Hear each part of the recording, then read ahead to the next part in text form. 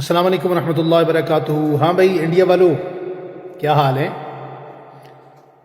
ہمارے ایک معروف صوفی بزرگ گزرے، صوفی برکت علی رحمۃ اللہ علیہ، ان کا بڑا مشہور زمانہ جملہ ہے کہ ایک وقت آئے گا دنیا کے فیصلے پاکستان کرے گا۔ تو آج یہ بات ثابت ہو گئی کہ پاکستان گیم نہیں بلکہ گیم چینجر ہے۔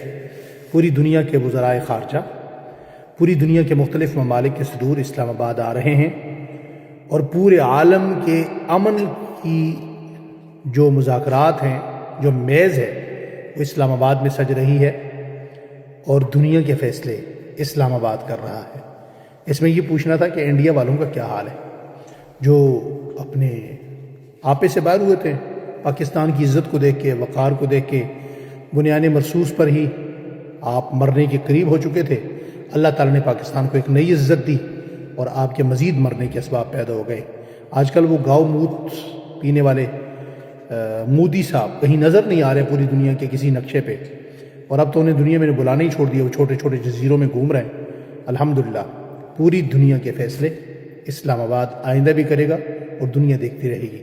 اس لیے ہم کہتے ہیں پاکستان ہمیشہ زندہ باد۔